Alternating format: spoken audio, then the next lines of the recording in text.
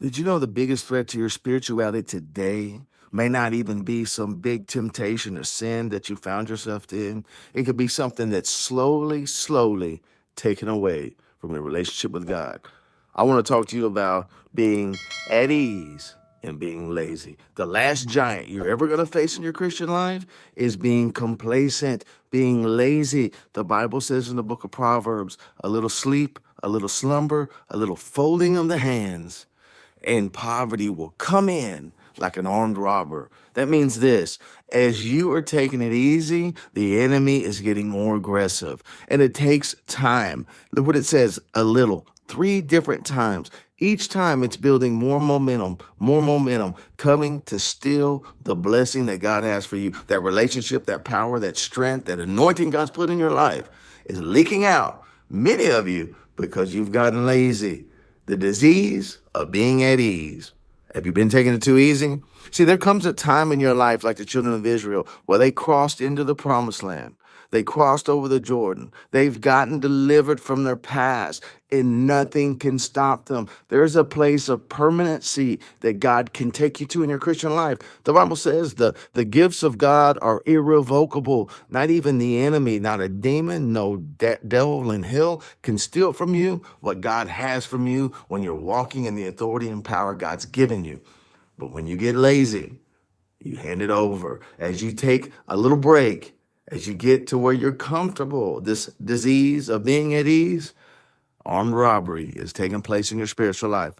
It reminds me of the book of Deuteronomy, chapter 3, when Moses was leading the children of Israel. And it's very clear they have conquered, and they're going through. And he tells them, this is the last giant you're going to have to face, your last giant. And he names him Og of Bashan.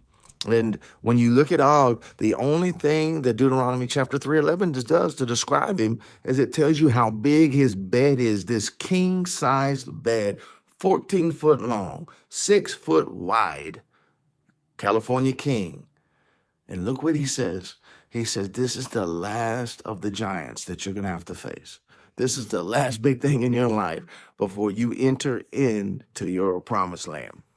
And many of us, we've had victory after victory after victory. You have been delivered from drugs or alcohol. You've gotten your marriage restored. Your children are back in your life. You are walking in the blessing of God right now. But the only thing that's stopping you from this permanency, from reaching your full potential, is you've gotten complacent. You've gotten comfortable. It happens to everybody. Well, I remember my pastor was sharing a story about a guy that was serving in church, and he turned 60 years old. And he'd been in the church for 10 years, and he came to him and said, Pastor, you know what?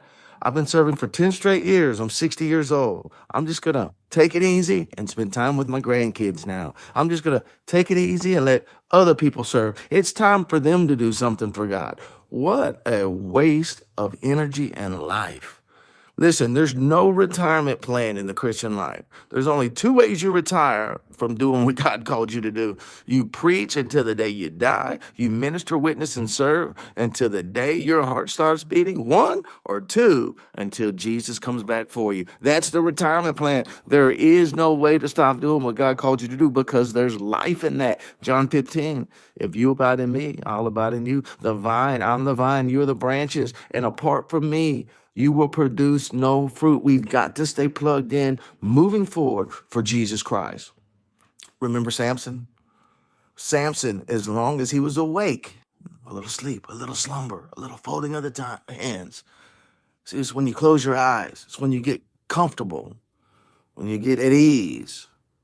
God comes to shake you up. It was when he was awake, nothing could defeat him. 1,000 Philistines. He would kill with the jawbone of a donkey. He tied foxes' tails together, lit them on fire. He ripped the gates of a city off and carried them 12 miles up a hill. He was so powerful, so strong. Ripped a lion's mouth wide open like a young goat, tore him in two. This is how strong and powerful he was walking the anointing in favor of God while he was awake. Yet when he fell asleep, the Bible says Delilah put him in her lap and rocked him to sleep. That's where he lost his covenant. He broke his commitment. He got lazy, closed his eyes, and lost everything. The devil wants to rock you to sleep. He wants you to be put to sleep. This bed that the last giant they faced, 14 foot long, it was 6 foot wide. It was huge. The dimensions. Usually in the Bible, when they talk about giants, they talk about what they have. Their spear was this long. Their shield weighed this much. Their sword was this big. They were 11 foot tall. When David's men fought an Egyptian, it said he was a very tall man, a giant, and he had a long spear. It always gives dimensions of their weapons and their size. This time, their last giant, the last one in Deuteronomy, how big the bed was. See, you're getting close right now in your life, in your family. You're getting close in your ministry and your walk with God, closer than you ever been to exactly what all God has for you. And don't get me wrong, I believe you're fruitful and God's using you right now, but he always has more. The Bible says that he has hid more than he has revealed. God always has more he wants to do in your life, and the disease of being at ease can steal that from you. Remember this, that when your memories exceed your dreams, the end is near. Are you still dreaming? Are you laying in that big king-size bed, getting comfortable? See, the biggest hindrance to future success is past success. The things that we've accomplished in the past, that you've done in the past, that, well, I've arrived, I'm here. There's not anything else I could do. There's always more that can be done. The Bible says the harvest is plentiful, but the laborers are few.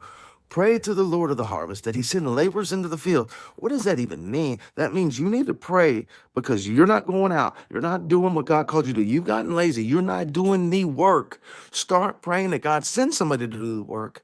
And while you're praying, the Holy Spirit can convict you that you need to get up and do something about it. When you're playing football, the closer you get to the end zone, the harder the fight gets, the more intense it gets. It's called the red zone. The last 20 yards on a 100-yard field, that's where the battle gets so thick and so intense and harder to move the ball. If you're facing opposition, it's not that you're never going to get into the end zone, not that you're never going to walk in the fullness and the blessing that God has for you, get your breakthrough. It's that you're so close, the enemy can't keep you out anymore. I wanted to encourage you today about this, that God wants to use your life. And so as we get ready to transition, I want you to think about this. What areas of your life have you gotten comfortable? Have you letting the disease of ease take control? Is it in conviction? I don't ever want to fall asleep on the Holy Ghost. When he deals with me, go ask that person for forgiveness. Let that offense go. Go witness to that person. Stop and repent and let go of that. It's hurting you, my son, my child, my daughter. How about praise and worship? Have you lost that fire? Have you lost the fire of praise and worship in your life? Your prayer life. Have you gone to sleep in your prayer life or in your Bible reading? I want you to wake up today because God has got something great for you. Your last giant, the last thing you're going to fight is the spirit of complacency, the disease of being at ease. When your memories exceed your dreams, the end is near. It's time to wake up. Man, if this video blessed you, I'd like you to share and subscribe, like and comment.